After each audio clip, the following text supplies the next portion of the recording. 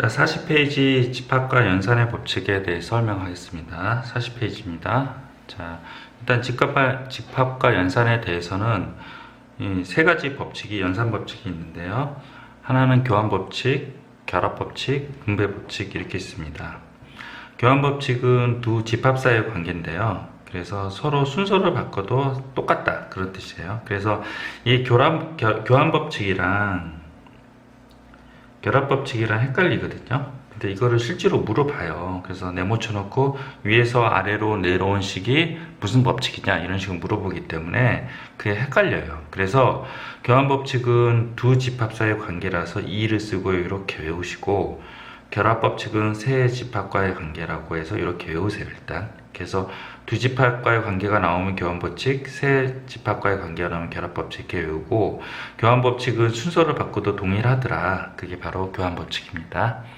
그리고 결합 법칙은 세 집합 사이의 관계인데 가로를 묶는 방식이 A를 B로 묶는 거랑 중간에서 끝에 B를 C를 묶는 그런 방식이 동일하다. 그래도 그 집합이 같다. 그게 결합 법칙이고요. 분배 법칙은 A 합집합 가로 열고 B 교 C가 이렇게 있는데, 분배 법칙은 이렇게 배분이 된다고 합니다. 그래서 A 합집합 B가 B의 배분이 되면 A 합집합 B, A 합집합 C가 되고, 여기 가운데 있는 교집합은 이쪽으로 옵니다. 근데 분배 법칙은 이 거꾸로 가는 게 더 중요해요. 거꾸로 가는 게.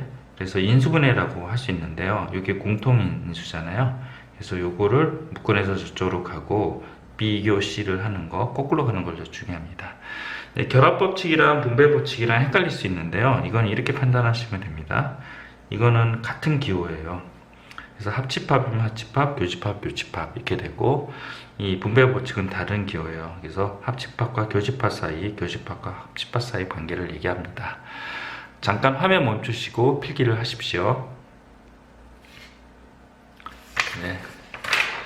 자, 그리고 드모르간의 법칙에 대해서 설명하겠습니다. 드모르간의 법칙은 A 합집합 B의 전체 컴플리멘탈 여집합을 구하면 이 여집합이 A, B로 각각 들어가고 합집합이 교집합으로 바꾸는 게 드모르간의 법칙입니다. 마찬가지로 거꾸로 갈 수 있으셔야 되고, 그리고 교집합은 또 합집합으로 갑니다. 마찬가지로 거꾸로 갈 수 있어야 되고, 자유롭게 두 사이를 왔다 갔다 할 수 있어야 됩니다. 자, 필기하시고 화면 멈추시고 필기하세요. 멈추세요. 됐죠? 그 다음에 필수예제 08번 잠깐 설명하겠습니다. 08번은 09번이네요. 09번은 옆에다가 써놓으세요. 정리 후 벤 다이그램. 정리 후 벤 다이그램을 써놓으시고, 이거를 계산을 하는데 저 1번만 잠깐 예를 들어서 설명을 하겠습니다. 아까 차집합 있잖아요. 그거 꼭 외우시라 그랬죠. 다시 한번 써드릴까요? 차집합. 차집합을 그걸 외우지 않으면 거의 이 집합의 연산을 할 수가 없어요. A 차집합 B는 잠깐 말씀드리면, 요 차집합이 구부러진다 그랬죠? A 구부러진 B의 여집합 이렇게 되고, 이게 벤 다이그램 상에서 이 부분을 얘기하기 때문에 A에서 A 교집합 B를 도려내고, 또한 A 합집합 B에서 B를 도려낸 것 같고, 그리고 요 두 개를 순서를 바꿔서 B의 여집합, A 여집합, 차집합 이런 식으로 외우셔야 됩니다. 꼭 외우세요. 한 번 더 써드릴 테니까 꼭 외우세요. 됐죠? 자, 필기 시간은 나중에 드릴게요. 자, 그러면 자 1번의 경우 어떻게 하냐면, 여기 보시면 A 차집합 B잖아요. 그거를 A 교집합 B의 여집합으로 이렇게 바꿔요. 그래서 바꾸시면 이 C가 드모르간의 법칙에 의해서 이쪽으로 가고, 교집합은 합집합으로 바뀌고, 여집합이 여집합은 B로 가요. 그리고 요거랑 다른 기호잖아요. 그러니까 분배 법칙에 의해서 이렇게 분배를 해요. 그러면 이렇게 분배가 돼 있으면 A교 A 여집합은 공집합이 되고, 이거는 A교 B가 그대로 내려와요. 근데 공집합이랑 이어비랑 합쳐보면 A교 B가 돼요. 그래서 이렇게 만든 다음에 그 다음에 벤 다이그램을 하시면 됩니다. 그래서 문제가 어떤 식으로 나오냐면, 이렇게 네모를 쳐서 나와요. 이게 무슨 법칙이냐? 이게 무슨 법칙이냐? 이렇게 네모를 쳐서 나오기 때문에 꼭 교환 법칙, 분배 법칙, 드물어가는 법칙, 결합 법칙 이 네 가지를 구별할 수 있으셔야 됩니다. 자, 필기할 수 있도록 잠깐 화면을 멈춰 드릴게요. 화면 멈추세요. 네, 그리고 밑에도 요거 차집합 스페이스바 한번 눌러주세요. 화면 멈추세요. 필기하십시오. 됐죠? 그래서 필수예제 화면 멈추고 1, 2, 3번 꼭 풀어보시고 넘어가셔야 돼요. 풀지 않고 넘어가면 다시 뭐 어떻게 되는 건지 헷갈려 합니다. 화면 멈추고 꼭 풀어보세요. 됐죠? 10번 보겠습니다. 10번도 여기 화면을 좀 보시면 여기도 또 있어요. 정리 후 벤 다이그램이에요. 그리고 만약 정리가 안 된다면 바로 벤 다이그램으로 가야 돼요. 그게 이제 53번 문제인가 그럴 것 같은데요. 53번이 정리가 안 되면 바로 벤 다이그램 가셔야 됩니다. 네. 53번 아니네요. 네, 정리가 되네요. 자, 봅시다. 자, 여기랑 인수분해를 해요. 그래서 요 부분만 따로 이렇게 띄어냈어요. 그래서 이렇게 인수분해가 된 거를 표시를 해줍니다. 그러면 A 여집합, 교집합 A가 이렇게 되고요. 이게 공집합이 되고 이거랑 합치면 B 여집합이 돼요. 여기서 여기까지 한 게 B 여집합이 됐죠. 그래서 B 여집합 왼쪽에 쓰고 A 교집합 A를 이렇게 씁니다. 됐죠. 그 다음에 이 교환 법칙이 성립하니까 순서를 바꾸고 A 차집합 B 이렇게 해서 공집합을 만들어요. 됐죠. 그 다음에 이게 A 차집합 B가 공집합이라고 했잖아요. 위에서요. 그러면 이제 그림을 그려요. 그래서 A에서 B를 도려냈는데 남은 A잖아요. 남은 A가 없으면요. A가 B에 들어가야 돼요. 그래서 완전히 다 도려내셔야 돼요. 그래서 이렇게 푸는 겁니다. 그래서 정리를 최종적으로 복잡한 식은 정리를 한 후 벤 다이어그램을 그려서 판단한다고 합니다. 자, 제가 화면 멈춰 드릴 테니까 필기를 하십시오. 화면 멈추세요. 네, 됐죠. 자, 그 다음에 배수집합의 연산에 대해서 설명하겠습니다. 배수집합이요. 배수집합은 AM, AN이라고 하는데 이거는 2라고 하면 A집합은 2의 배수들로 이루어진 집합을 얘기해요. 그래서 예를 들어서 A3 있잖아요. A3은 3, 6, 9, 12 이렇게 3의 배수로 이루어진 무한집합을 얘기합니다. 그리고 마찬가지로 A4는 4, 6, 9 이렇게 4, 8, 12 이렇게 되는 무한집합을 얘기를 하고 이 배수집합끼리의 교집합은 쉬워요. 교집합은 쉽습니다. 왜냐하면 M이랑 A의 최소 공배수 구하시면 돼요. 예를 들어서 A3이랑 A4의 배수집합을 구하는데 그거는 교집합이니까 12, 24예요. 근데 12, 24가 3, 4의 최소 공배수인 12의 배수예요. 그래서 이거를 A12로 최소 공배수로 구하고 A12로 이렇게 바꿔치기 하면 돼요. 교집합은 다 구할 수 있는데 A로 A12로 이렇게 표현할 수 있냐가 쉽냐 어렵냐의 정도예요. 이게 어렵다는 게 진짜 이게 불가능하다는 게 아니라 합집합을 만들 수 있어요. 근데 그거를 AM으로 표현하기가 어렵다는 의미입니다. 됐죠?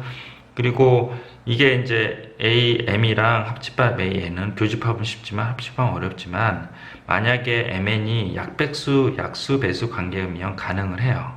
그래서 예를 들어서 A2랑 A4 있잖아요.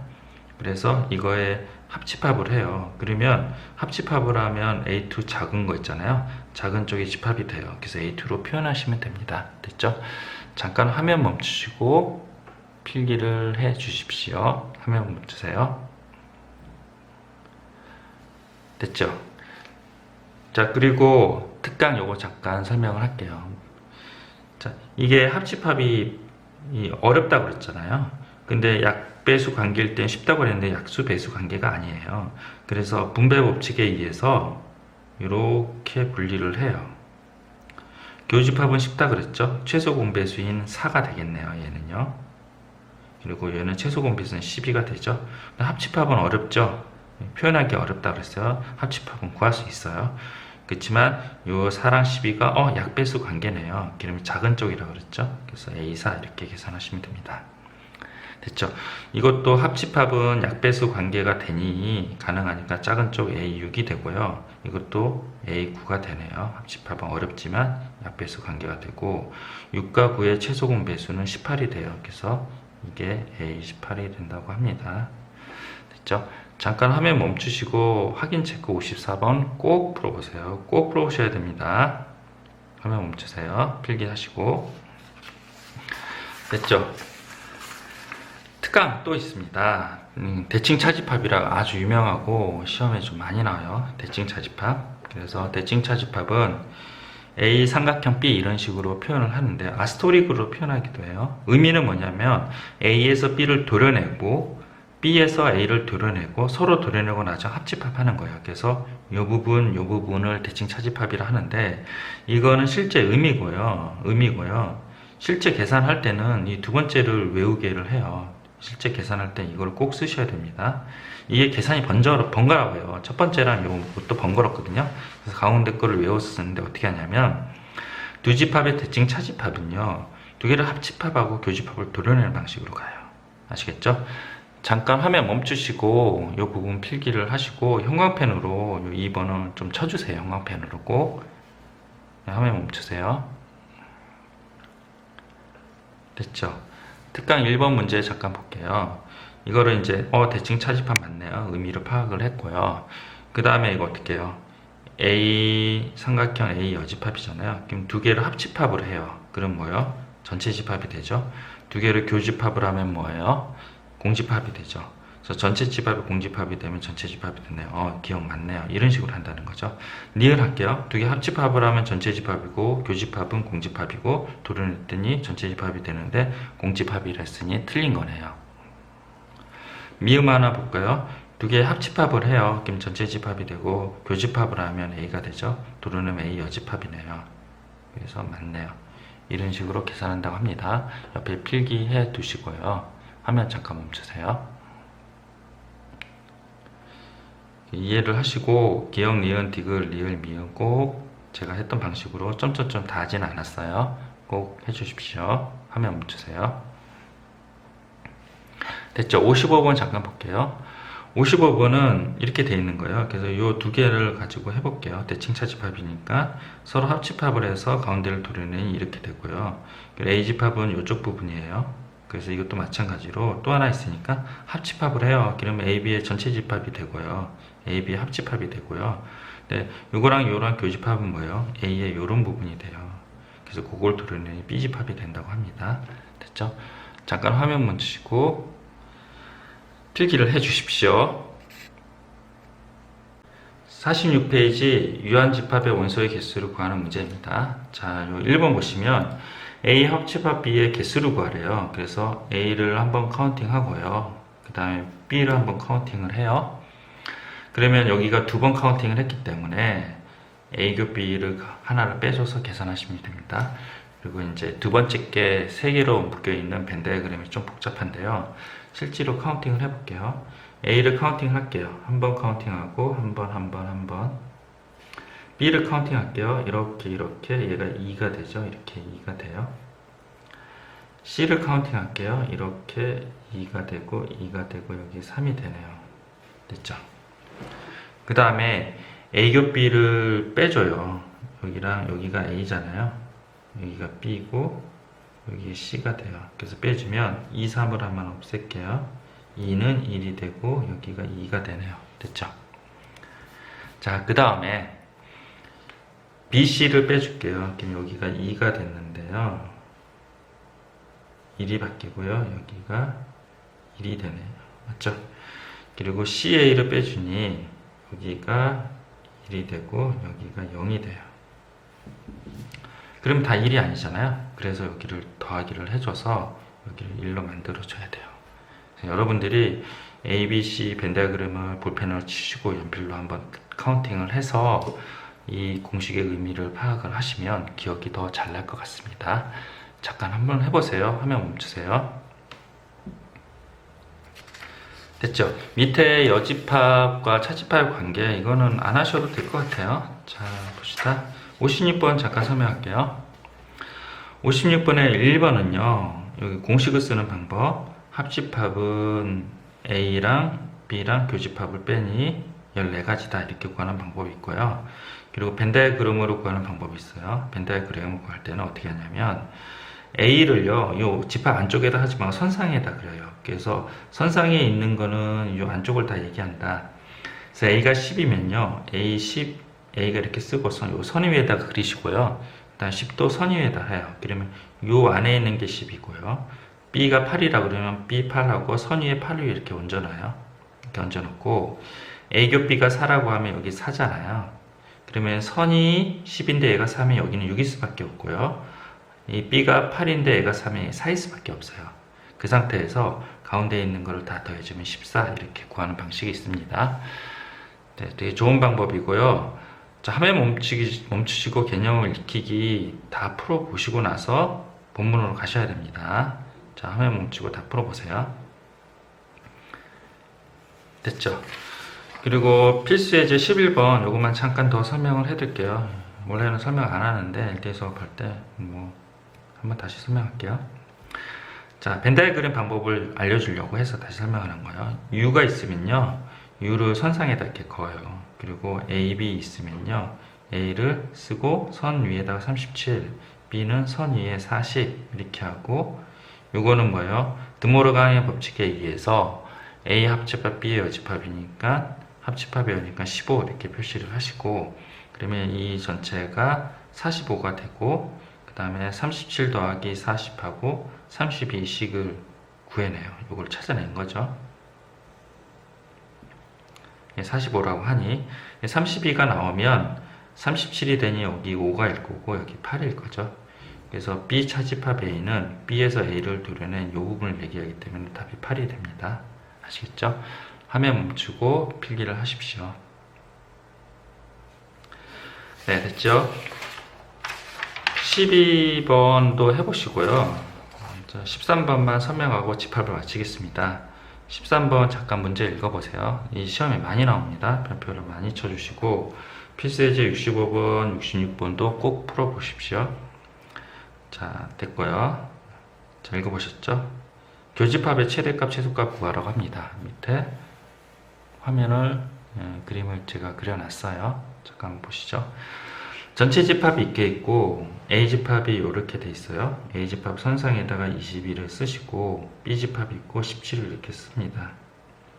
그리고 교집합을 X, 바깥에 있는 이걸 Y라고 해요. 이 문제가요, 교집합을 물어보는 경우도 있지만 Y의 최대 최소를 물어보는 경우가 있어서 이거를 또 여기에 서로 영향을 주거든요. 그래서 그 관계를 한꺼번에 설명하려고 하는 겁니다.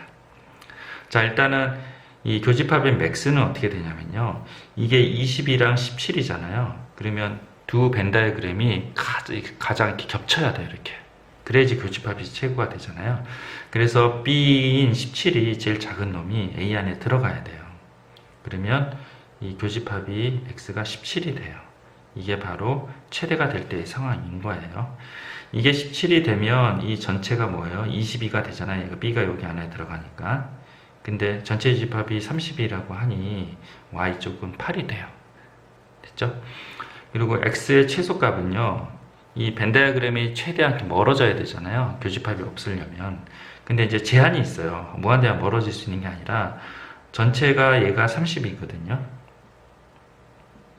얘가 30이고 Y에 따라서 얘가 같을 수도 있고 적을 수도 있는데 이걸 NA, MB, X 이렇게 써요.